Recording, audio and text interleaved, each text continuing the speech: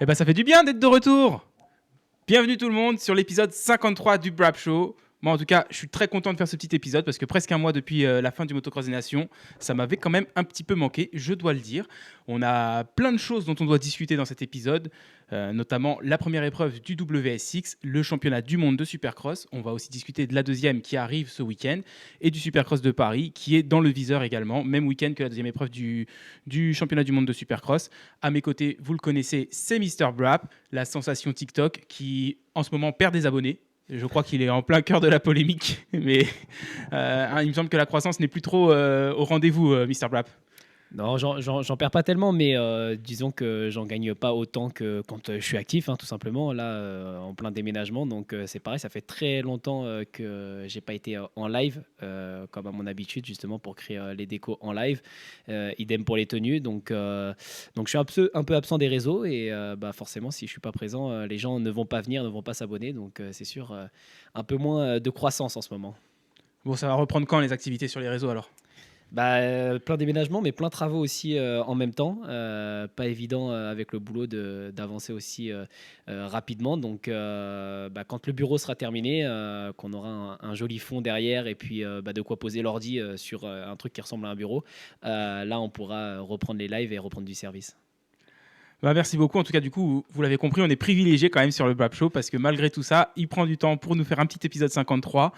Évidemment, en partenariat avec MGT Design et MGT Design Racewear. Donc, pour toutes les demandes de kits déco de 100% perso ou de textile, c'est MGT Design-MX sur Instagram. Et pour avoir la petite déco, la petite tenue, pardon, la tenue de motocross assortie, ou je crois qu'ils font aussi les tenues pour les courses de tracteurs.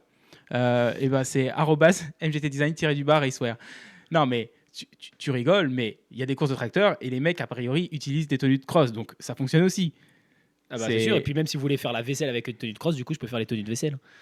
ou pyjama. Après, le pantalon, pour dormir, c'est peut-être pas le plus confortable. Mais le maillot, je peux vous dire que là, oui. Bon, on va tout de suite parler championnat du monde de Supercross. Et tu sais quoi?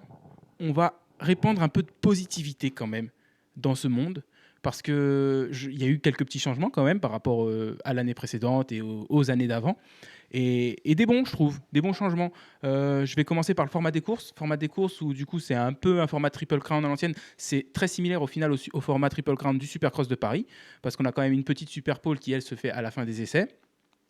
Qui ne vaut pas de points cette année. Du coup, moi je trouve que à regarder à la télé, c'est bien sans plus. J'imagine que pour les gens qui sont sur place, ça reste sympa d'avoir une petite Super Pole pour les 4 meilleurs des chronos pour définir la place sur la grille. Euh, et ensuite, les manches, 8 tours, 8 tours, 12 tours. Je crois que c'était la même durée pour les 250 et les 450. Avec des points, enfin les manches de 8 tours qui valent moins de points que, que la manche de 12 tours. Donc du coup, je trouve que ça fait sens d'appeler la course de 12 tours une finale. Moi, j'ai aimé tous ces changements. J'aurais bien gardé les points supplémentaires qui donnaient à la Super Bowl les années d'avant. Ils les ont pas mis. Je trouve pas que ce soit forcément mal non plus. Et en revanche, j'en parlais, il me semble, l'année dernière quand on parlait du World Supercross. Je trouvais ça n'importe quoi qu'une manche de 5 minutes valent autant de points que la manche de 12 minutes à la fin. Et ça, ils ont rectifié. C'est pas grâce à moi. Hein. Je sais très bien qu'ils nous ont pas écoutés. Mais a priori, les nouveaux propriétaires du championnat du monde de Supercross ont pensé un peu pareil. Et je trouve que c'est bien équilibré de donner 10 points. En fait, comme les manches qualif en MXGP, c'est 10 points pour le premier, 9 pour le deuxième, ainsi de suite, pour les manches de 8 tours. Et puis ensuite, 25 pour la manche de 12. Qu'est-ce que tu en as pensé, toi, Clément? Est-ce que tu as remarqué tous ces changements? Non, en toute honnêteté, déjà, j'ai pas remarqué tous ces changements. J'étais pas bien au courant de comment ça se passait avant et pas plus comment ça se passait là. J'ai suivi un peu à l'arrache, mais j'ai quand même pu suivre toutes les manches, Ah, donc le c'était cool. touriste. Mais non, oui, c'est sûr qu'en tout cas, moi, le format ne m'a pas déplu. Il me déplaisait pas spécialement l'année dernière. J'avoue que moi, je suis plus voilà, derrière la grille, puis après, je vais voir se battre, etc. Et c'est vrai que je me projetais moins en termes de, bah, voilà, pour le championnat, combien tu donnes de points à telle ou telle course. J'étais moins regardant là-dessus. Mais moi, j'ai pas regardé j'ai pas vu les Super Pole. En tout cas, moi, c'est un exercice que j'aime bien regarder, surtout, notamment au Supercross de Paris. C'est là-bas que je l'ai découvert. Et c'est vrai que c'est quelque chose que j'aime bien. Donc bon, malheureusement, j'ai juste vu le tour de Roxen, quand même, mais j'ai pas vu les autres. En tout cas, donner des points, moi, je pense, pour la Super Pole, c'est compliqué, surtout s'ils prennent, tu me disais, les 4 premiers uniquement. des essais, du coup, j'imagine.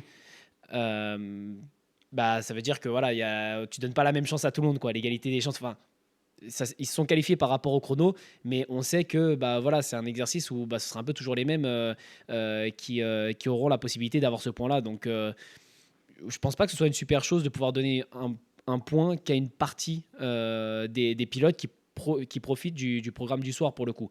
Si tu fais des qualifs, qu'il y en a qui se qualifient pas et qui du coup bah, prennent pas de points, logique, mais qu'ils fassent partie du programme du soir et qui vont marquer des points du coup sur des petites manches et ensuite sur une finale à la fin, ne pas leur permettre de marquer des points sur une super pole, ça me dérangerait un petit peu. Donc le fait que ça n'y soit pas, qu'il n'y ait pas de points, ça me dérange pas spécialement. Après, ben, on sait Alors, que attends, je veux juste rebondir un petit peu sur ce que tu es en train de dire, parce que un des problèmes, si on veut l'appeler un problème, je dirais des points que moi je trouve dommage sur le World Supercross, c'est que par contre, on n'a que 16 pilotes réguliers, et à chaque fois, on a le droit à genre, jusqu'à 4 wildcards, je crois, par course. Et donc, du coup, on n'aura jamais plus que le nombre de places sur la grille. Donc, en fait, il n'y a pas vraiment de qualif. Et tu trouves ça vraiment différent, toi, de devoir... Enfin, le fait que ce soit juste 4 pilotes pour la Super Pole qui serait pour 3, 2, 1 et pas de points, tu trouves ça vraiment très différent que de devoir qualifier 40 pilotes pour un SXUS et ensuite que 22 pour une finale, et puis ceux qui ne sont pas qualifiés, bah, c'est pareil, c'est pas de points. bah, c'est quand même différent parce que celui justement qui va pour se qualifier en SXUS, quand il se qualifie, eh ben, il prend part à l'intégralité du programme du soir et du coup, il peut marquer ses points durant les finales. Que là, au final, c'est des pilotes qui vont faire toute la soirée et à qui, à un moment donné, tu ne leur donnes pas la possibilité de marquer des points.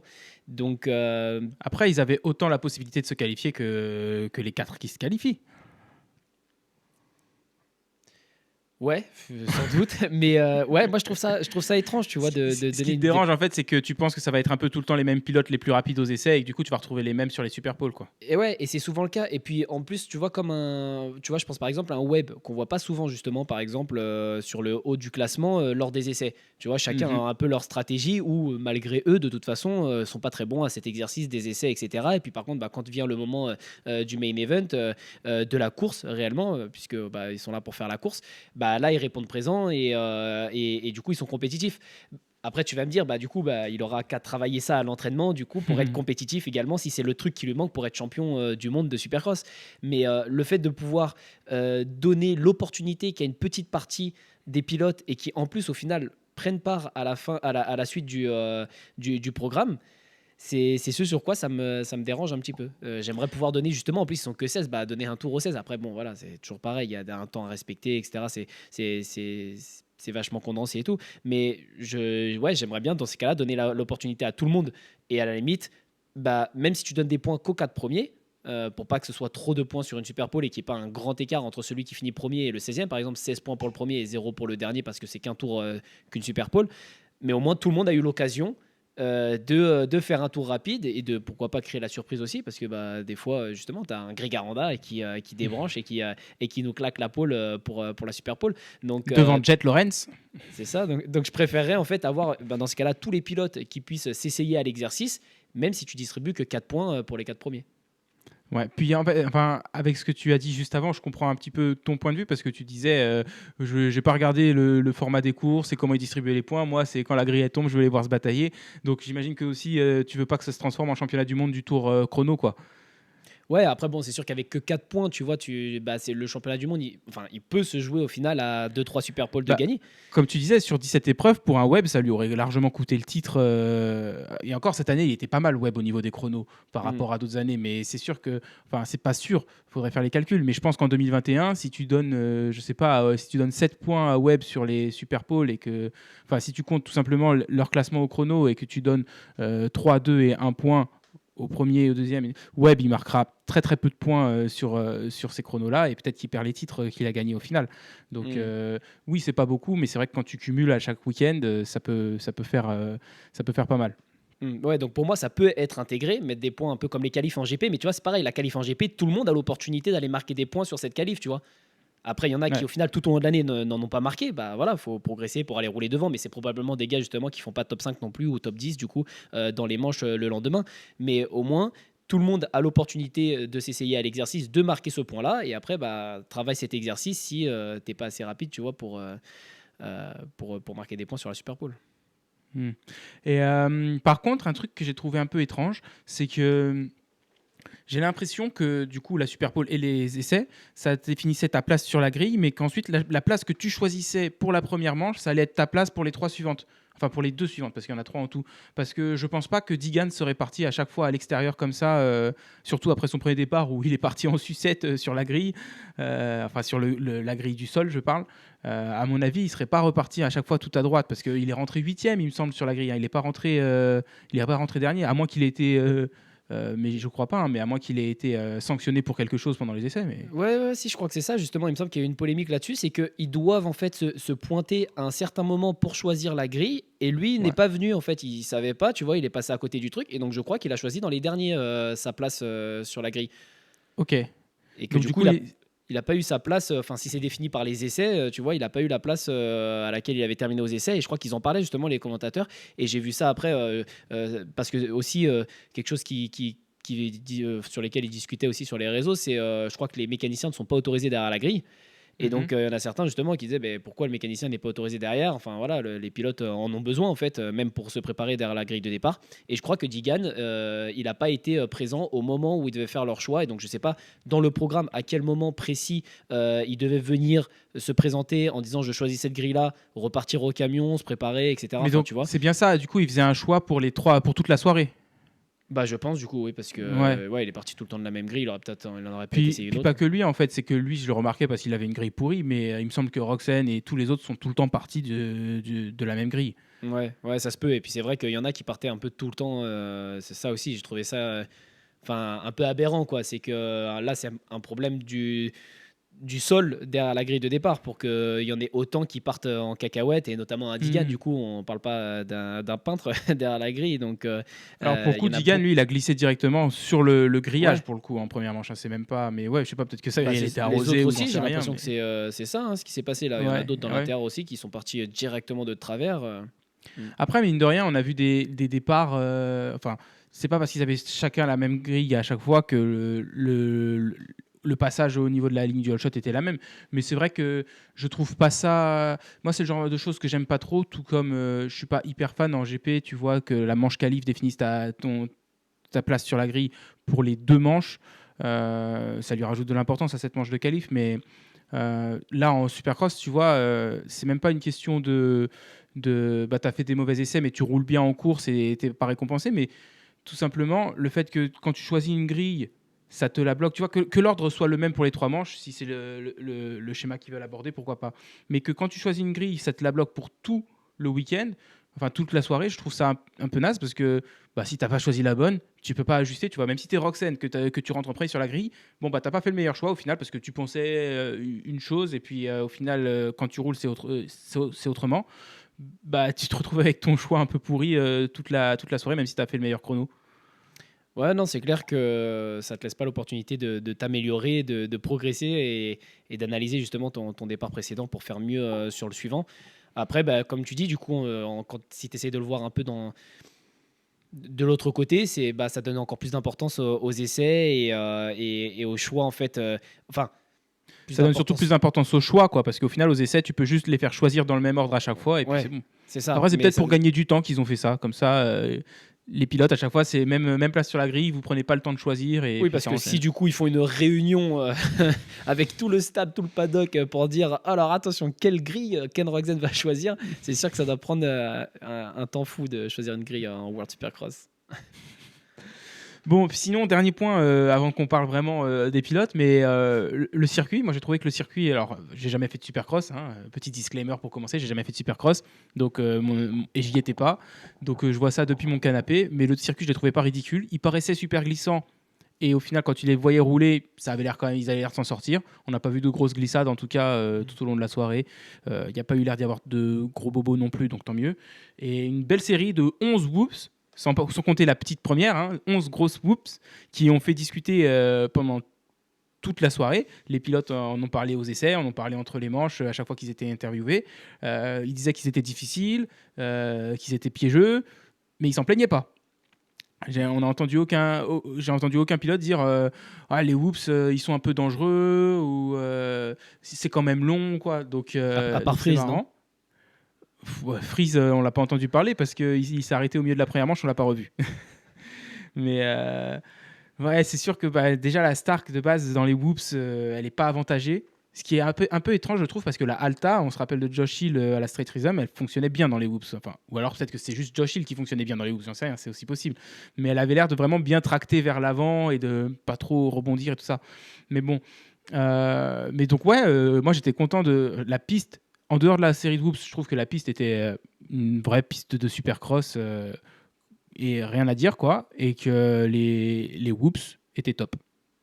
Ouais, là, ça ressemblait à un vrai, même un supercross US pour le coup. On n'était pas sur les tout petits circuits d'Abu Dhabi, super serrés à côté de poteaux, etc. Il y avait de la place, etc. Donc ça avait l'air cool, effectivement, un peu glissant. Et je pense que du coup, bon, on en reviendra, mais je pense que Roxen, justement, on le sait que c'est des conditions sur lesquelles il est quand même plutôt bon.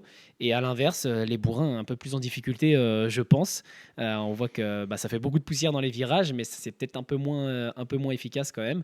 Mais sinon, ouais, dans l'ensemble, la piste, plutôt pas mal. Après, moi, ouais, longue série de whoops, ça me dérange pas. Après, c'est pareil, hein, je suis pas pilote. Je pense que si j'étais pilote et qu'on m'en mettait un peu moins, peut-être que je serais un peu plus content. Mais en tout cas, en tant que spectateur, longue série de whoops, ça me plaît. Non, mais puis on a vu que il y avait quelques pilotes qui galéraient, mais pour en revenir à la règle des 9 whoops en Supercross US, ils m'ont pas paru l'air, je sais pas si ça, non, ils m'ont pas tout simplement pas paru particulièrement dangereux les whoops. On a vu Jordi Tixier chuter en fin de whoops et du coup s'accrocher avec je sais plus qui était le pilote qui a ramassé sa moto au passage, mais heureusement ils se sont pas fait mal. Mais enfin, si tu enlèves le pilote de derrière, la chute de Tixier dans les whoops, elle est pas énervée non plus. Et ouais, enfin, moi Bah, je du coup, il y a trouvais Freeze ça très bien. aux essais qui s'en est pris une bonne, je crois, dedans. Ah ouais? Et Ah à ok, j'ai Savacci pas qui vu. s'est lancé dedans aussi. C'est pareil, je crois que Davis, il avait fait un podcast là, il l'aurait incendié comme Jordan Smith. Parce qu'il s'est lancé dans les whoops à droite, alors que l'incident était dans les whoops, à la fin des whoops pour le coup. Donc peut-être que s'il y en avait 9, il serait pas tombé, Vince Freeze. Mais en tout cas, au final, il se retrouve à tomber juste devant et à taper la tête sur le bras oscillant de la moto de Vince Freeze. Donc il a pris un bon choc. D'ailleurs, est-ce qu'il a roulé Savacci Oui, oui, la Savacci, il soirée? a roulé, il a fini deuxième du général. Deuxième du général. Bah oui, il me semble que le podium, c'est Roxen, Savacci, Anderson. Non, Digan qui fait son premier podium du coup en 450. Donc c'est pas Savacci, ça va être Anderson sur la deuxième marche du podium, non? Digan, il s'est pas fait sauter par Anderson. Non, non, il fait 3 du général. Ok, bah j'ai fumé les gars, désolé. Mais du coup, moi j'ai Du fumé, coup, j'ai ouais, ça doit être complètement. Anderson 2, mais... Savacci, ouais, je m'en souviens plus du tout là. Mais si, si, mais Savacci, il a fait une bonne manche sur les trois, c'est sûr. Et si, il a roulé. Ouais. Ok, ok. T'es en train de sortir les résultats? Ouais, je voulais aller regarder les résultats quand même pour partir de dinguerie, mais je sais que, comment il s'appelle? Digan, c'est sûr qu'il Il est est sur le podium. sur le podium, ouais. Ok. Bon, bah t'en as pensé quoi de ce début de Digan sur la 450? Parce que ça a fait beaucoup de bruit. On pensait qu'il allait être sur la 2,5. Au final, il est bien sur la 4,5. Il y en a qui pensent qu'il va être à Anaheim sur la 450. Ouais, j'ai vu Euh, ça d'ailleurs. il Que, a fait le meilleur chrono à la deuxième séance d'essai, mais c'était pas la séance qualif. Et ouais.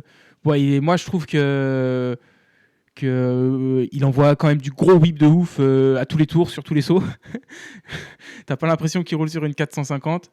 Et je me dis qu'il doit en dépenser de ouf de l'énergie. Mais sinon, j'ai entendu que oui aussi, c'est Tonton qui m'a dit ça on est allé rouler à Mixland hier et il m'a dit que apparemment il n'a pas aimé le câble, l'embrayage hydraulique d'Igan et qu'il va retourner au câble parce qu'il en a fumé 3 sur la soirée apparemment. Mais je crois que en troisième manche, il est parti justement avec un câble. Il faudrait vérifier Ah aussi ouais? l'info que je donne, mais il me semble que du coup, il a changé parce qu'il en avait déjà fumé 2 justement en première et en deuxième manche et que du coup, il était Ok. parti avec un câble. Faudrait vérifier.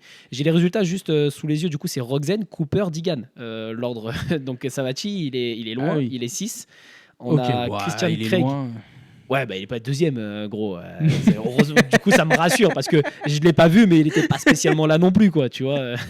Ensuite, on a Christian Craig 4, d'ailleurs, qui m'a surpris lui aussi bah, déjà aux essais, qui roulait quand même un peu devant. Et je crois que c'est en deuxième manche aussi où il tenait un petit peu aussi derrière en deuxième place. Et après Craig, Anderson, Savacci, Simonson, Brice, Moss et Aranda 10e. Mais Ouais, mais Christian Craig, je voulais en parler aussi. C'est vrai que je suis comme toi, je trouve que c'est pas mal.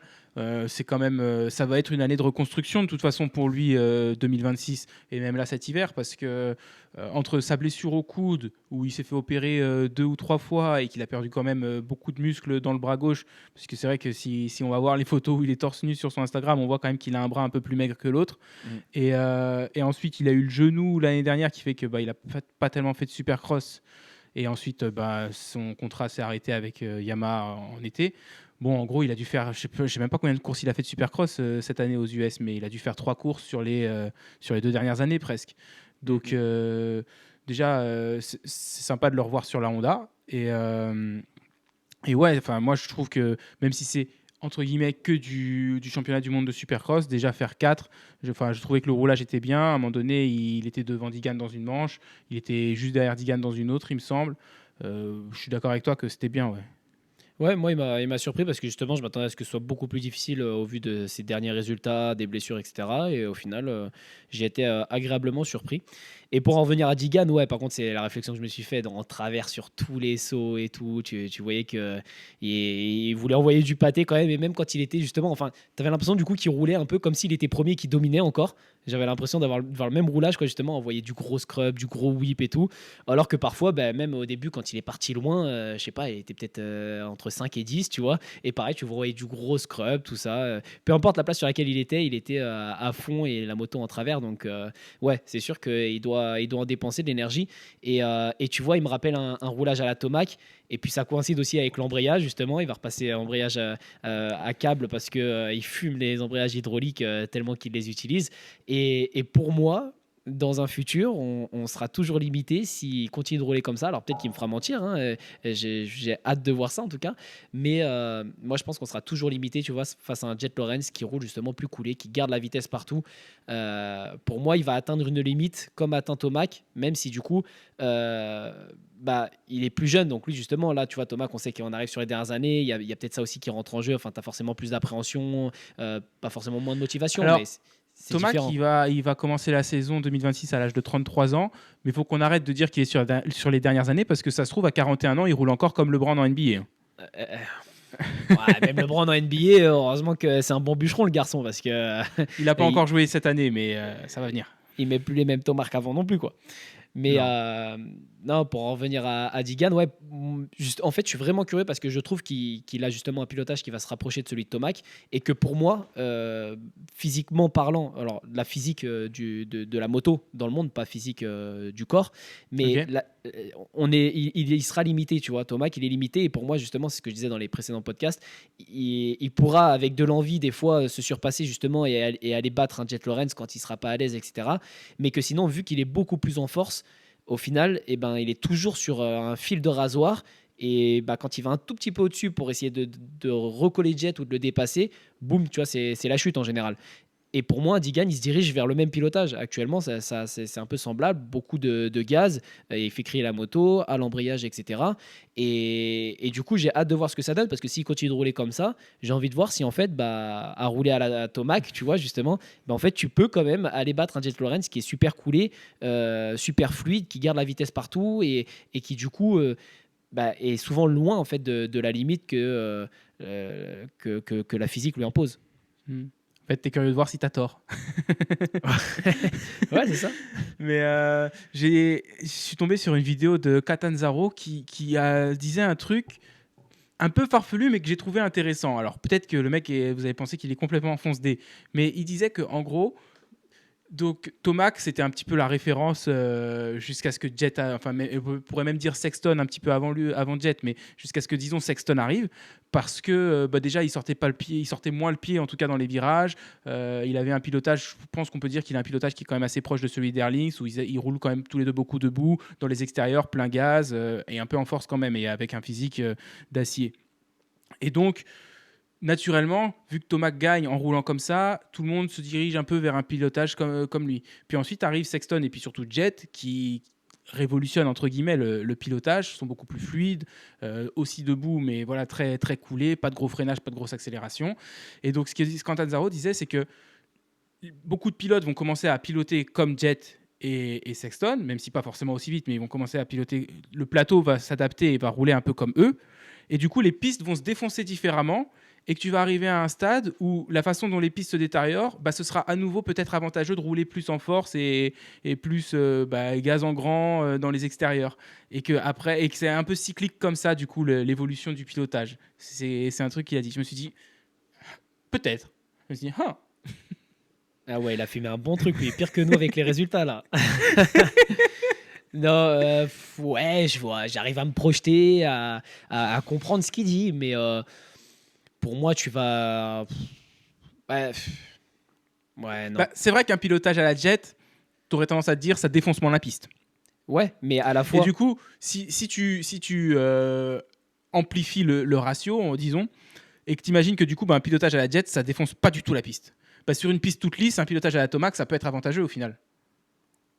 Ou en tout cas, moins désavantageux. Pour moi, il a moins désavantageux sans doute. Mais toujours pas avantageux. Oui. Mais pour moi, sur une piste lisse, un jet, il est quand même avantagé avec cette fluidité justement de moins freiner fort, de garder cette vitesse, parce qu'au final, enfin, je veux dire, je pense que si tu prends des chronos, la vitesse de passage dans un virage, alors du coup, ça fait beaucoup moins de bruit sur un jet, ça paraît moins impressionnant, mais je pense qu'au niveau du chrono, le garçon, enfin, c'est pas pour rien qu'il claque souvent l'épaule avec pas mal d'avance quand même dessus, donc et cette différence-là, elle se fait, enfin, tu vois, souvent aux essais, pas forcément. Tu vois, je regarde pas assez les chronos sur les finales pour pouvoir en parler, mais en tout cas, ceux au chrono, la piste n'est pas encore très défoncée quand ils roulent. Donc voilà, dans ce cas-là, tu vois, si ce qu'il disait, c'était avéré, dans ces cas-là, tu verrais peut-être plus de Tomac faire la pole devant un jet parce que la piste elle est plus lisse, et à l'inverse en finale par contre être plus en difficulté et voir un pilotage comme jet être meilleur. Mais moi je pense vraiment que la façon dont roule jet, c'est celle qui te permet d'aller le plus vite, le plus en sécurité aussi, tu vois, sans être sur la limite justement de ce que t'autorise à faire la moto sur la piste, et qu'en plus sur n'importe quelle surface, le garçon en tout cas, lui en tout cas, il est efficace quoi. Que ça glisse, tu vois, il y a pas vraiment. Alors s'il y a un peu la boue qui le met un peu en difficulté quand même, on a pu le voir en Supercross par moment, ça a l'air de le faire chier et il a pas envie de rouler dans la boue, mais en tout cas je pense que c'est plus psychologique qu'une question de compétence sur la moto vraiment. C'est que je pense qu'il se dit je vais pas m'amuser, ça me gave. Ouais, c'est ça, et un peu d'appréhension. Enfin, c'est pareil, c'est Dave qui dit, fait comme si c'était sur du sec, il roule, et en général, en plus, ça se passe mieux. Plus tu gardes de vitesse, mieux ça se passe dans la boue. Mais c'est vrai qu'il y a aussi une part où je pense qu'il y a beaucoup de pilotes, c'est plus dans la tête que sur leur capacité. Après, à Barcia, tu peux pas lui dire ça parce que ça marchera pas. S'il roule dans la boue comme sur le sec, même il est bon dans la boue, Barcia, hein, mais il dit toujours que dans la boue, il roule à un rapport au-dessus. Je pense que lui, c'est sur le sec, il devrait faire comme si c'était de la boue. C'est ça, tu dois lui faire à l'envers. Ouais. Bon, on va enchaîner. Donc ouais, Digan, gros whip. Mais donc, t'en penses quoi parce qu'il va refaire une course de World Supercross en Australie. Toi, tu penses que Anaheim sur la 450, il va se lancer? Franchement, je pense pas. Après, peut-être tout dépend du Chécos encore. Enfin, tu vois, il y a vachement ça qui rentre en jeu, je pense, dans le truc. Mais si Yamaha ont envie de le faire rouler en 450 et qu'ils lui proposent un bien meilleur chèque qu'en 250, tu vois, parce que tu te dis, là, il partirait pour un titre en 250. Donc pareil. L'idée, en fait, ce serait faire les premières de la côte ouest sur la 450 et ensuite redescendre en 250 pour la première de l'est. D'accord. Dans ce cas-là, pourquoi pas? Ça, tu vois ça possible? Ouais, du coup, ça se peut, tu vois, vu qu'il a fait justement le saut déjà là pour quelques World Supercross. Je me dis, pourquoi pas poursuivre la lancée. Enfin, tu vois, là, il n'y a plus autant de hype non plus. Enfin, il y en aura quand même, parce que c'est le Supercross US, donc il y en aura quand même, mais un peu moins que là qu'il a fait ses débuts, tu vois. Parce qu'on l'a vu face à un Roxen, face à d'autres pilotes aussi, et il a dominé personne là, en tout cas. Alors que ça le voyait déjà avec une concurrence avec Jet, etc. Mais comme Jet le disait, il y a d'autres pilotes déjà dont il doit se soucier avant de penser à Jet et celui qui gagne actuellement. Et c'est drôle parce que tu vois, je sais pas du tout si c'est dans ma tête, mais parce que en soi la 250 et la 450 elles ont a priori le même gabarit, mais je trouvais qu'il faisait super petit du coup sur la moto quoi, comme si c'était vraiment un genou qui roulait sur une grosse moto, un peu comme quand il avait 10 ans et qu'il prenait la 450 de son daron. Ouais. Mais bon, je pense que c'est dans ma tête du coup de me dire voilà, il avait c'est vrai qu'il paraissait peut-être un petit peu plus petit, mais ouais, je saurais pas trop à quoi l'attribuer. Et t'en penses quoi de ces bottes avec les cristaux là, ces bottes Fox et tout là? Ouais, parce que j'ai entendu qu'il s'était fait vanner un petit peu, je crois, sur les réseaux Ah ouais? avec ça, ouais. Ah, je savais même pas, mais en fait, tu sais, moi j'ai vu ça et je me suis dit, on dirait une tenue de chanteur, limite, tu sais, enfin, une tenue de concert, quoi, tu vois, Ouais. avec tous ces diamants ou cristaux. Et, euh, et je me suis dit, le cross, c'est pas trop le public pour ça, en fait. Tu vois, c'est pas les mecs qui aiment les paillettes, généralement, dans le cross. Mais pour dire vrai, moi, ce que j'en ai pensé, je les achèterais pas, je les porterais pas, parce que je les assumerais pas sur le parking de Guilville. Mais pour lui, je trouve ça stylé, en vrai. Mais en fait, c'est ça, tu vois, là on va aller dans de la sociologie, je crois, enfin, pour l'instant, tu dis, ouais, c'est ceux qui font du cross, c'est pas trop le style, etc. Mais comme bah, tu reprends 5-10 ans en arrière, bah, le style, c'était pas du tout des tenues moulantes et tout. C'était le truc bien large et tout, tu vois, avec plein de design partout qui partaient dans tous les sens, du tribal presque, des trucs comme ça. Et que bah, aujourd'hui, tu vois que les styles ont évolué. Et puis bah, nous-mêmes, enfin, moi, je me souviens de ma tenue No Fear que j'avais quand j'étais en 60, bah, c'était ça, un truc bariolé, là, avec plein de design dans tous les sens. Que bah, maintenant, les tenues que je design, non, on n'est pas là-dedans. C'est pas des trucs très très chargés, sauf à la demande des clients, puisque je rappelle que chez MGT Design Racewear, vous pouvez prendre votre tenue 200% perso. Donc c'est vraiment comme vous voudrez qu'on l'a fait. Mais en tout cas, ouais, je me dis que bah, si lui commence à lui en mettre sur lui, on commence à en mettre sur Jet, sur Sexton, sur des gars comme ça, etc. Mais c'est comme les jantes bleues sur la YAM en 2018, je crois. Enfin, c'est comme toutes ces choses-là, les ouïes de la KTM. À la fin, tu finis par kiffer et puis on se retrouvera tous avec des paillettes sur les terrains de cross. Ouais, je sais pas si nous, on se retrouve, enfin, nous les consommateurs, on se retrouvera avec des paillettes sur les terrains de cross quand même parce que tu fais 2 tours et ça brille même Ouais. plus. Tu vois, lui ça va parce qu'il peut avoir 3 bottes pour la soirée et que il est photographié par plein de photographes, que c'est pris de près. Et moi, je trouve qu'en fait, ça fait une bonne com pour Fox. Au niveau de leurs bottes, voilà, ça fait un coup de pub. Après, peut-être que ça attire des gens sur le site de Fox pour voir quelles bottes ils vendent et que en termes, enfin voilà, en paire de bottes pour un de leurs pilotes, un de leurs athlètes, mais qui ne vendront pas comme certaines éditions limitées qu'on peut voir chez d'autres équipementiers, ça marche bien. C'est vrai que moi, je les achèterais pas. Mais après, j'irai pas vanner un mec que je vois sur le parking avec ces bottes-là, hein. Mais tu as peut-être raison, parce que après, moi, je vois ça depuis mes 30 ans. Mais c'est vrai qu'un jeune de 8 ans qui vient de voir Digan avec ses bottes, c'est pas vraiment des paillettes, mais on va dire ses bottes à paillettes. Peut-être qu'il y a un jeune qui se dit, oh, elles sont trop stylées ces bottes, je veux les même à Noël, tu vois. Ouais, et puis de toute façon, enfin, c'est pour ça qu'ils sont payés autant, les garçons, et que moi, je suis sûr que s'ils les commercialisaient, t'en as quelques-uns qui commenceraient, et puis c'est pareil. Après, quand t'en vois quelques-uns, bah, tu vois, tu te dis au début, ah ouais, j'assumerai pas trop et tout. Puis quand enfin, la normalité elle est définie par quoi? Par le plus grand nombre. Si tout le monde avait ça et que toi au contraire t'en aurais pas, bah, c'est toi qui du coup serais gêné de marcher C'est vrai, sans c'est tes vrai. diamants sur les Putain, bottes. je suis un mouton, quoi. Donc en vrai, justement, non, mais ils ont visé justement les personnalités qui font vendre et je pense que, mais en tout cas, c'est sûr que moyen de communication très bon parce que bah, ça en fait parler, que ce soit en positif ou en négatif. Hein, tu le disais aussi, justement, tu as entendu ça, il n'y a pas de mauvaise pub. Et c'est ça, c'est que ça fait parler de Fox. Et donc là, on s'est retrouvé à plein de monde à parler de Fox, même ceux qui connaissaient pas trop, tout ça sur les réseaux, à Nous, tomber ça fait 10 sur du minutes. Fox. Ouais. Et on parle de Fox devant les autres, donc en plus on propage le truc, on prolifère la com. Alors qu'on a MGT Design Racewear sur le podcast, quand même. Purée, ouais, mais on fait pas Mais encore de vous... bot, alors c'est pas grave, on peut en Ouais, parler. pote. Par contre, maillot pantalon, Digan, dégueulasse. À Bon, vomir. Anderson Suzuki, Ouais, c'est bien, ça biche. ça biche. Ouais, moi j'aime bien. Bon, là, Alpinestar, la tenue bleue, ça aurait pu être mieux, quoi. Ça faisait vraiment une bombe de WD-40, quoi. Non, mais sinon, plus vis-à-vis du switch sur la Suzuki, je pense que ça va être un peu la même chose que ce qu'on a eu chez Kawasaki. En vrai, de toute façon, il n'avait pas l'air de trop se plaindre de la moto. Ouais, chez Euh, Kawasaki quand? Parce qu'il y a une année sur Kawasaki, il a pas mal gagné quand même. c'est ça, mais à mon avis, ça c'est derrière nous pour Anderson. Mm. Et je pense que voilà, j'ai l'impression qu'il reprend un peu là où il s'est arrêté chez Kawasaki. Mm. Alors, il y a encore, évidemment, il vient tout juste de monter sur la moto, donc il y a moyen de progresser, hein, évidemment. Je pense qu'on va le voir sur quelques podiums en SXUS.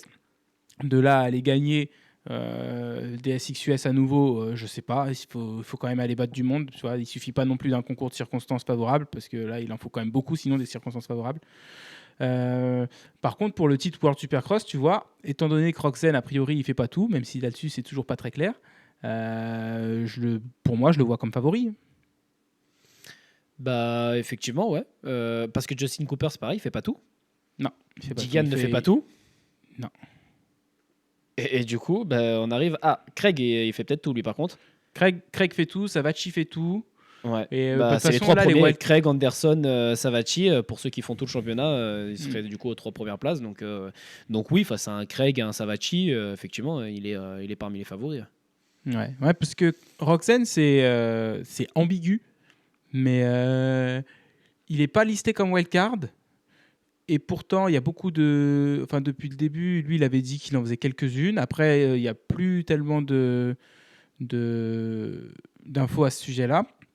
Sur le site du World Supercross, il est listé comme un pilote du championnat. Et il y avait le team manager Dustin Pipes sur le Pulp MX Show lundi avant la course. Et, et quand on lui a demandé si Roxane faisait tout le championnat, il a dit c'est une bonne question. Donc, et ensuite, il y a quelqu'un qui a dit sur le plateau ah bah t'avais dit que Dustin saurait. Il a dit bah je pensais que Dustin saurait, ouais. Et Dustin a dit bah ouais, Dustin sait, mais Dustin ne dit pas. Donc ils avaient l'air de dire que ça veut plutôt dire qu'il le fera pas, quoi. Il fera pas. Qui fera pas tout le championnat. Ouais, je pense qu'il y a peut-être des problèmes de contrat et tout, parce que lui, il avait signé un contrat de 5 ans avec le World Supercross. Alors peut-être que contractuellement, il est censé faire les 4, mais qu'il n'a pas forcément envie de faire les 4 avec je sais pas, le nouveau format, le nouveau championnat ou quoi. Enfin bon, là, je spécule complètement, mais a priori, il ne faut pas trop s'attendre à voir Roxane sur les 3 prochaines. Il fait Vancouver, il était déjà... Même tu sais, aux commentaires, ils en parlaient vite fait, et parce qu'eux-mêmes ne savaient pas, ils disaient... Il est enregistré, enfin il est inscrit pour les 2 premières et on ne sait pas s'il fera les suivantes ou pas. Ok, ouais, je m'attendais du coup que ce soit un peu en fonction justement de ses résultats, que si jamais tu vois il ratait la première et qu'il était loin et tout, vu qu'il jouait pas le championnat, tu vois, qu'il continuerait pas, mais que s'il était premier, qu'il irait peut-être justement au bout et qu'il continuerait de faire les autres. Ouais, mais ce qu'il y a, c'est que Roxane, il a une prime de départ pour le World Supercross. S'il gagne, il n'a pas de bonus. En tout cas, pas de bonus versé par le promoteur. Ah ouais. Donc, et je suis pas sûr que son deal avec Suzuki implique des bonus pour gagner le World Supercross. Donc peut-être que c'est ce qui peut-être qu'il y a un petit manque de motivation à ce niveau-là.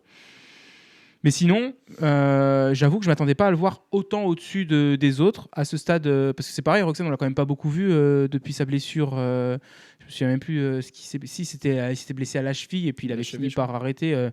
Et ensuite, il est revenu pour la outdoor. Une manche à Unadilla, c'était pas terrible. Il s'est arrêté parce qu'il s'était refait mal, je sais pas où. Ensuite, on l'a vu aux Nations où là, il s'est bien donné. Mais c'est vrai qu'on n'a pas trop vu de Ken Roczen. Ah si, puis après, il y a eu le Super Motocross avant ça.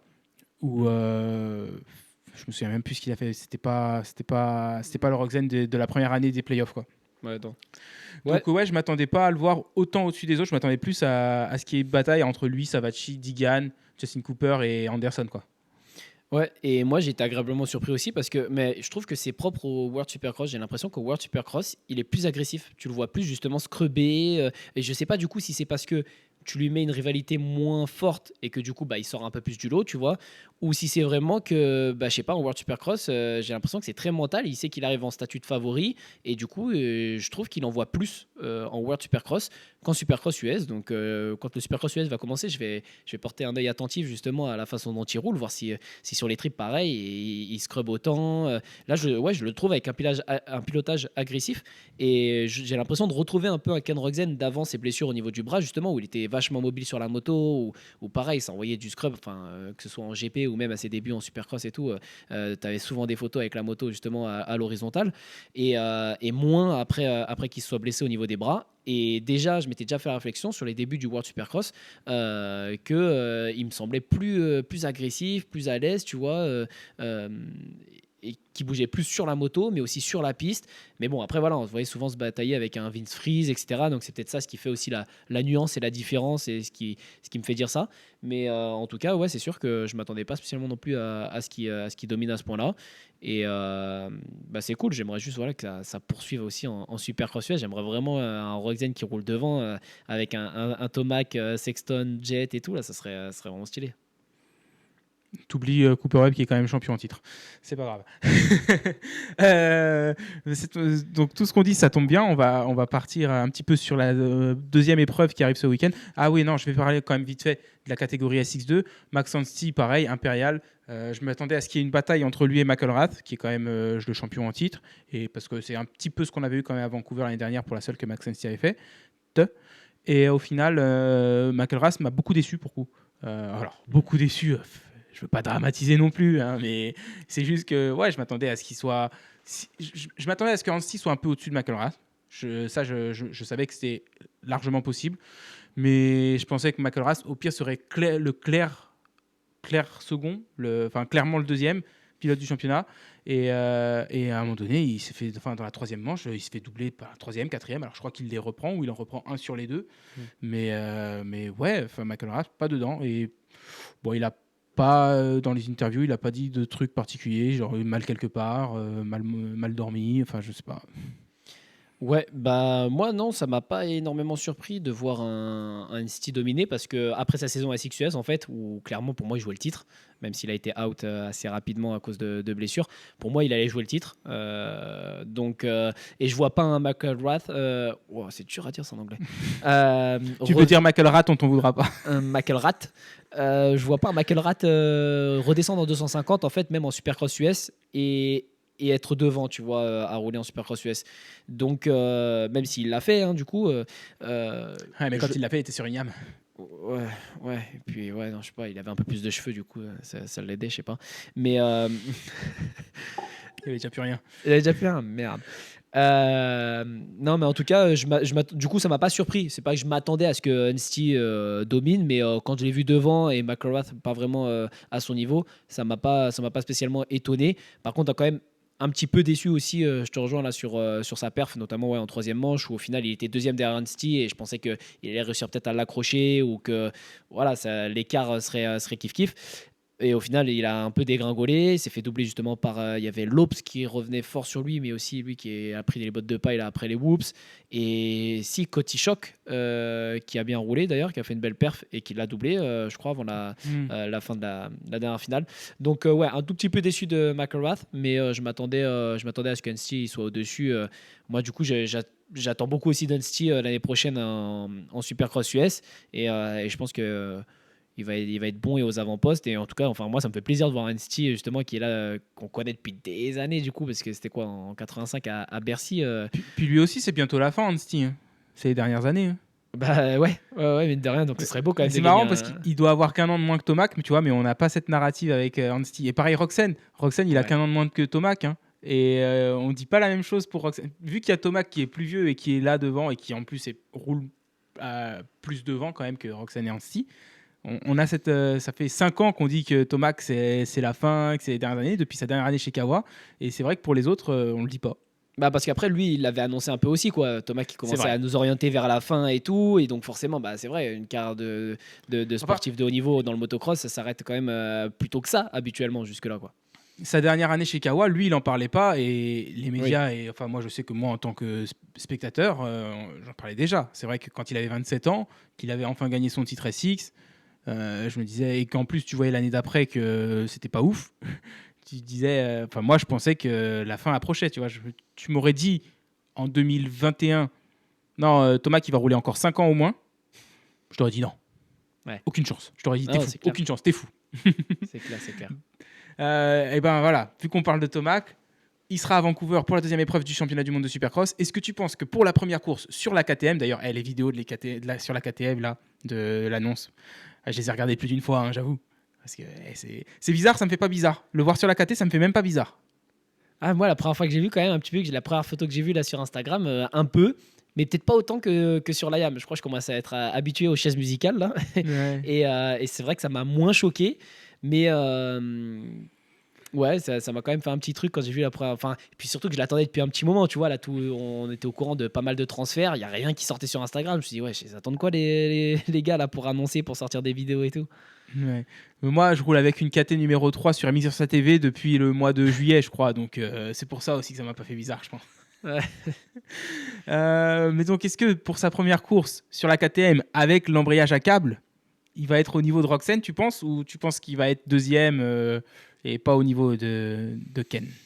Ah, je le mettrais peut-être un petit cran en dessous, tu vois, Ah ouais?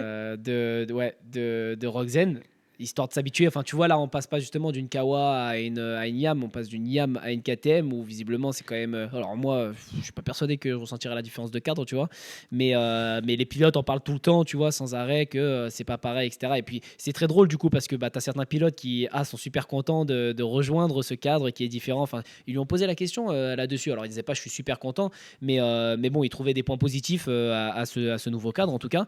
Et en Et même temps, c'est pour ça qu'on le paye, mais je suis ouais, d'accord avec toi. Il dit, ouais, c'est trop bien. Quand tu es sur le sol, ça tracte, tu es planté au sol, c'est trop bien.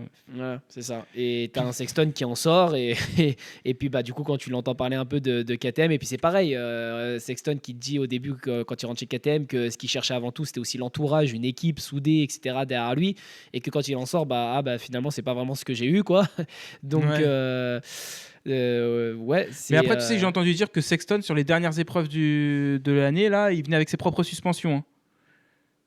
Ah ouais. Il faisait faire ses suspensions, bah, un peu comme Webb, il faisait faire ses suspensions par quelqu'un d'autre et il ramenait ses suspensions aux courses. Donc il paraît que l'ambiance a été vraiment très tendue à la fin de l'année Ouais. sous le haut vent KTM. Mais tu vois, moi, c'est des choses que je comprends pas à un moment donné. Et il faudrait écouter l'interview de Fred Vial, justement, sur le Big USA, Abonnez-vous. que j'ai pas terminé. Mais justement, il en parle en fait de ça. Et il disait que KTM USA, en fait, ils veulent pas. T'as l'impression qu'ils veulent pas gagner, quoi. Enfin, ou alors que leur façon de gagner, c'est de se payer les meilleurs pilotes. Et il pense que ça va faire le taf. Lui, tu vois, c'était son avis sur le truc. Mais sauf qu'au final, bah, comme il disait, là, ils ont perdu Sexton parce que bah, finalement, ouais, c'est pas vraiment ce que recherchait Sexton. Et il a l'impression qu'ils mettent pas vraiment tous les moyens, alors que pourtant, c'est un gros team, un team usine, etc., qui a peut-être l'un des teams qui a le plus de moyens, etc.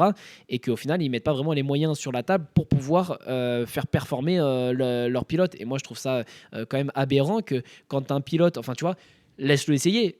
Il essaye avec sa paire de fourches ou son truc, enfin les réglages qu'il veut que tu fasses ou le changement de marque. Après, je sais que voilà, il y a des contrats sûrement avec WP ou j'en sais rien, tu vois, des marques comme ça et qui peuvent pas Ouais, faire ce mais qu'ils veulent. au pire, tu mets une All-ins et tu mets un autocollant WP dessus. Bon, elle est très dorée, la All-ins, mais Oui, mais tu fais une anodisation et ils savent faire. Mais effectivement, tu le laisses essayer. Et après, par contre, tu vois une course, deux courses, le garçon, c'est encore pire.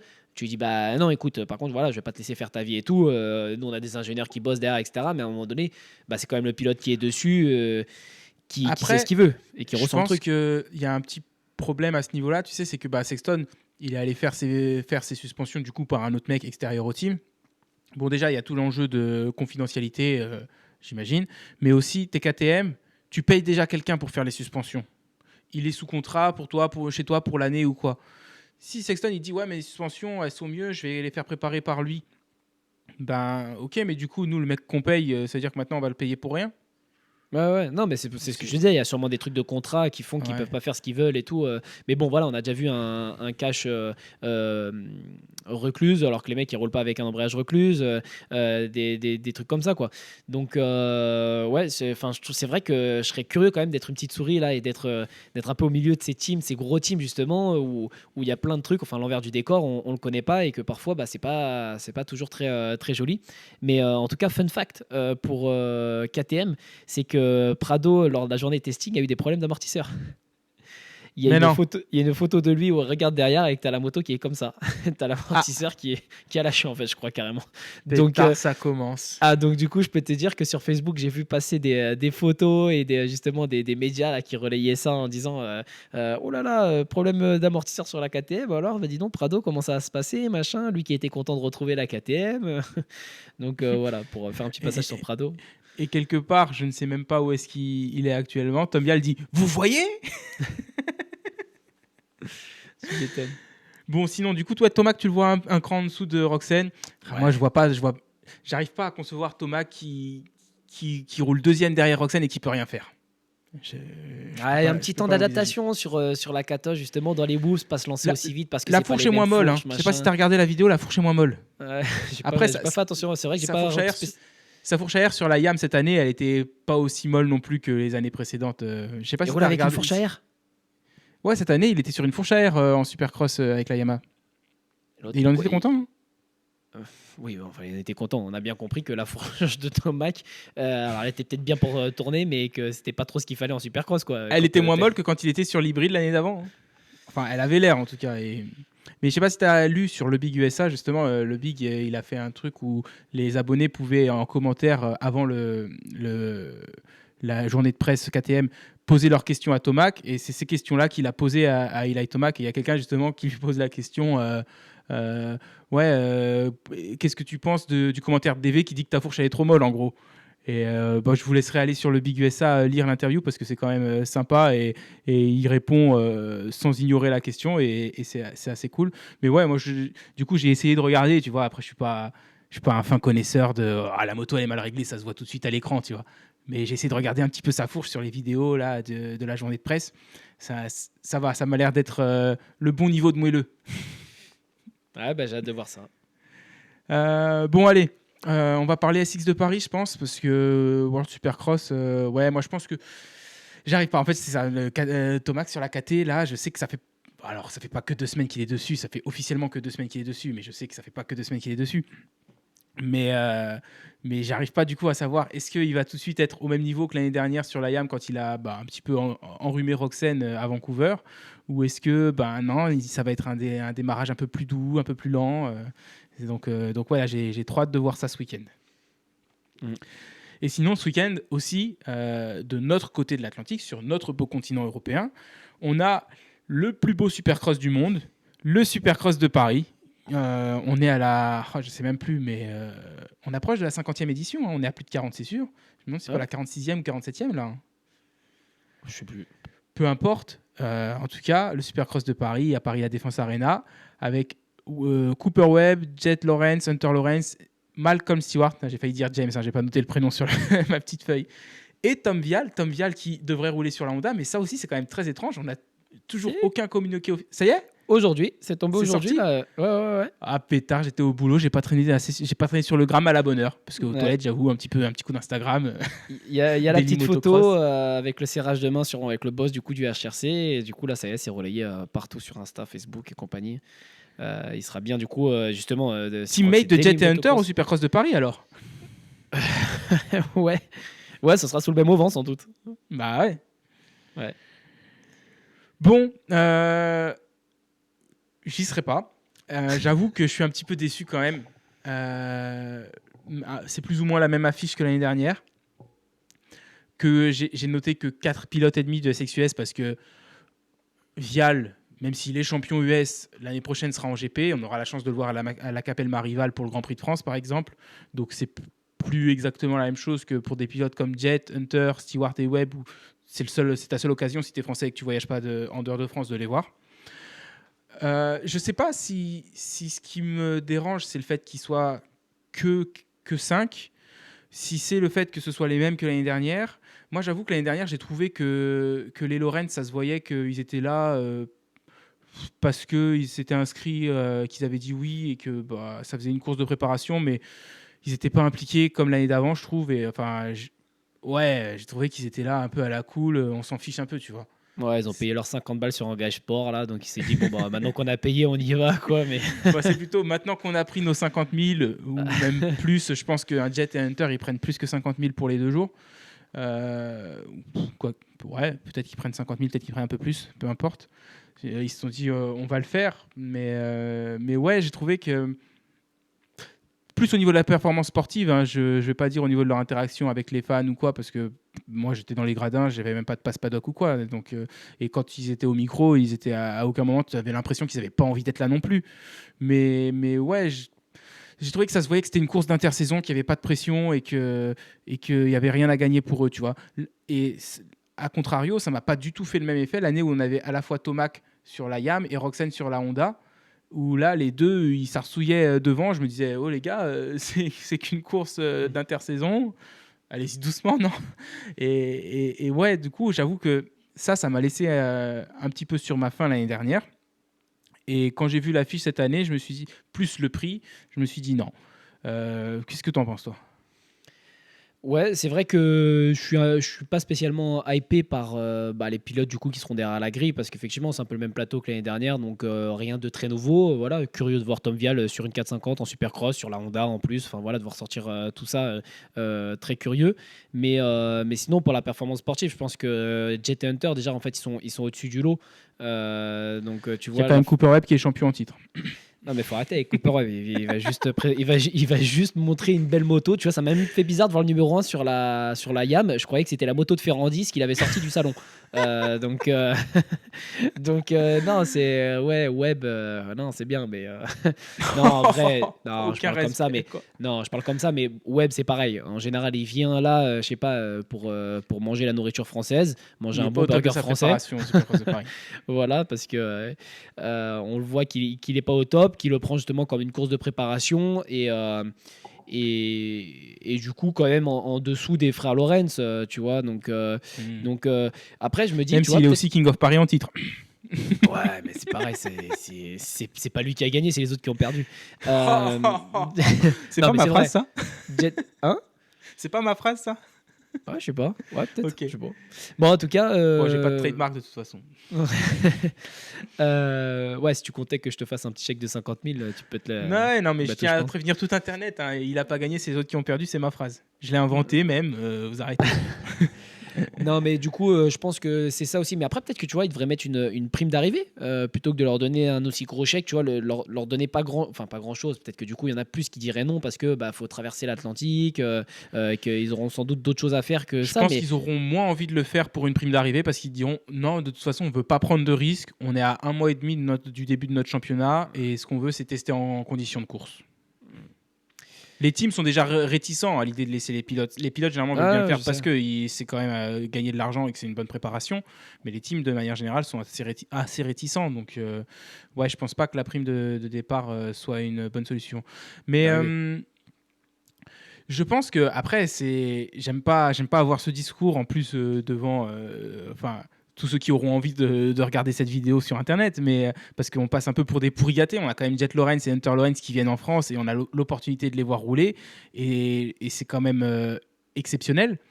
Mais c'est peut-être le fait que, effectivement, c'est déjà la troisième année de suite qu'ils viennent. Il n'y a pas tellement de concurrence face à eux. Et je me demande, est-ce que les années, tu vois, où Andrew Short, c'était la tête d'affiche, alors qu'Andrew Short, c'était jamais le pilote à battre aux États-Unis, mais où tu avais du coup peut-être un peu plus de pilotes internationaux, mais à chaque fois de second, voire troisième rang. Est-ce que ce serait pas intéressant de une année sur deux peut-être avoir plus de pilotes de la catégorie 250 des US qui viennent s'essayer à rouler en 450 aux top pilotes français et en avoir un petit peu plus parce qu'ils coûtent moins cher et avoir peut-être un roulement comme ça plutôt que comme je disais là ça fait 3 ans de suite qu'on a les Lawrence. Je ne sais pas si toi, en tant que spectateur, tu penses que de temps en temps, ou une année sur deux, une édition comme ça, où tu n'as pas le top pilote américain, mais plein de second couteaux américains, ça t'attirerait autant ou pas? Ah, moi, je serais plus de rajouter un gros top pilote derrière. Enfin, tu vois, cette année, ils nous rajouteraient un Sexton. D'un seul coup, tu vois, là, j'ai un peu plus plus envie de regarder. Et pas parce que je suis pour Sexton, Oui, tu me ramènes un Digan, pareil. mais c'est aussi parce que tu n'as encore jamais vu Sexton rouler en France. Ouais, sans doute, mais du coup pour Digan c'est pareil, tu vois, tu me ramènes un Ouais. Digan, enfin un mec qui peut les titiller, ne serait-ce qu'un seul, tu vois, un mec qui pourrait les titiller. Et en vrai, tu te dis bah normalement Webb, voilà, on le ramène aussi pour ça, on ramène pas Webb quand un pilote de second rang et qui va venir compléter le top 5. Donc ouais, je sais pas trop comment on pourrait faire, mais c'est vrai que l'année, je me souviens Tomac Roxen où ça se bataillait là dans les whoops et tout, ça roulait fort et surtout de la bagarre quoi entre deux top pilotes qui roulent devant, de la bagarre, c'est ce qu'on veut quoi. C'est vrai Que qu'on avait du bol de les avoir qui partaient généralement devant ensemble ou pas trop loin l'un de l'autre et à chaque manche presque ils se sont retrouvés dans la roue l'un de l'autre tout le ap- week-end, donc c'était cool. Après, quand Jet et Hunter se sont bataillés aussi, là, que c'est parti se toucher un peu au bout des whoops, que ça l'a dépassé dans le dernier tour. Là, il y avait quand même voilà, un match entre les deux. Donc c'est ce qui est intéressant. Et je pense qu'effectivement, c'est plus ça ce qu'il faut rechercher. Et, euh, et ouais, non, au final, peut-être comme tu dis, alors plus pas forcément pilote de second rang, parce que tu vois, je pensais à t'enlèves les frères Lawrence, tu mets Roxanne Webb déjà. bah, je pense que ça va se titiller, tu vois, ça va pouvoir rouler ensemble, quoi. Enfin, tu vois, un peu au même niveau, et pas avec un qui fait un all shot et qui tu sais très bien que s'il part devant, il y a personne qui va aller le titiller, tu vois. Ouais. Enfin, on le voit déjà en SXUS, c'est dur d'aller battre un Jet Lawrence. Donc c'est sûr que quand tu élimines plein de très bons pilotes qui peuvent potentiellement le battre et que tu en mets juste un seul, et puis bah voilà, c'est un Cooper Webb, on sait qu'il n'est pas au top de sa prépa, qu'il vient pas là avec faut que je les batte absolument, etc. Tu vois que c'est pas le SXUS. Je pense que c'est ça ce qui fait que il y a un peu moins de hype, enfin en tout cas de notre côté. Moi, ce que je veux voir, c'est de la bataille, et c'est vrai que là, je sais un peu d'avance qui va gagner, même si bah, la dernière fois, quand Cooper Webb gagne, ok, c'est pas Jet Lawrence qui gagne, mais Jet Lawrence a dominé. Il y a juste une manche où il s'est foutu par terre à s'accrocher avec un retardataire qui lui a fait perdre tous les points qui lui permettaient d'être king à la fin. Donc au final, sur les manches qu'on a vues, il n'y a pas eu énormément de batailles. Mais bon, on a toujours un Randa, enfin notamment la Super Pole, voilà, un Randa qui va aller chercher une Super Pole. C'est pour ça que cet exercice, je l'adore. C'est qu'au final, même si les gars ils se battent pas entre eux sur la piste, bah, tu as quand même une bataille à la fin pour le chrono, et des passages parfois de certains pilotes justement qui se transcendent. Enfin, un Randa, on voit qu'il se met à chaque fois à 200% sur cette Super Pole à prendre des virages de fou. Et ça, c'est beau à voir. Oui, puis c'est clair qu'il y a quand même du spectacle et que enfin, toutes les personnes qui y vont, je pense qu'elles vont passer un très bon moment. Encore une fois, tu vois, je dis que enfin, on a un peu un discours de pourri gâté et j'en suis conscient aussi. Mais et c'est peut-être juste que voilà, nous, enfin, on va au Supercross de Paris depuis 2006, toi et moi, même depuis 2005. Et donc ça fait quand même 20 ans. Moi, j'ai raté que une édition. C'était la première à Lille. Et sinon, j'étais à toutes, tu vois. Et donc là, je vais rater celle-ci, mais je la regarderai de toute façon à la télé, tu vois. J'ai quand même envie de la voir. Et ils ont quand même rempli le samedi, donc c'est qu'il y a plein de gens à qui ça convient. Donc c'est très bien. Et puis après, il y a aussi un autre enjeu, c'est que bah, avec le World Supercross, il y a des pilotes qui vont faire ces courses-là et qui du coup bah, n'ont pas forcément envie de rajouter Paris à leur calendrier. Là, en plus, il y a une épreuve de World Supercross le même week-end. Donc tu vois, un Roxane et un Tomac, de toute façon. Alors, Tomac, encore, lui, il aurait pu dire bah ouais, plutôt Paris que le World Supercross, même si bon, à Vancouver, c'est quand même plus près de chez lui, plus près du team KTM, donc pareil, pour des conditions de test, c'est quand même plus favorable. Roxane, lui, de toute façon, il est engagé parce qu'il est déjà sous contrat avec le World Supercross.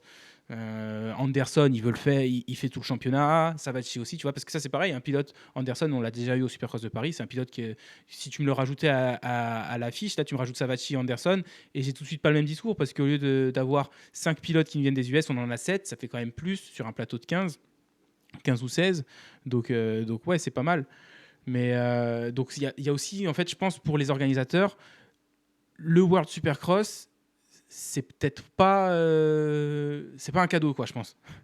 Ouais, non, c'est sûr que bah, ça prend des places, hein. Et puis même même avec le SMX, le calendrier qui se rallonge, etc., c'est sûr que ça joue pas en leur faveur.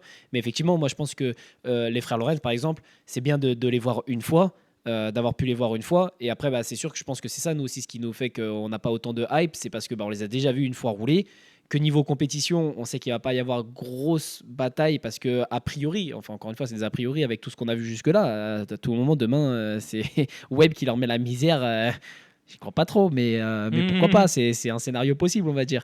Donc je pense que c'est ça. Et c'est ce qui fait que, bah voilà, pareil, cette année, j'irai pas parce que c'est des gars que j'ai déjà vu rouler, en gros, et que je m'attends pas à énormément de batailles non plus. Donc je serais très bien à le regarder à la télé. Et puis en plus, des fois, tu vois même encore plus de choses à la télé, quoi, que en vrai. Mais bon, après, c'est vrai que c'est aussi une énergie. Enfin, quand tu es dans bah, c'est T'as plus le trop le bruit, chaudron, t'as mais l'odeur. voilà, c'est ça.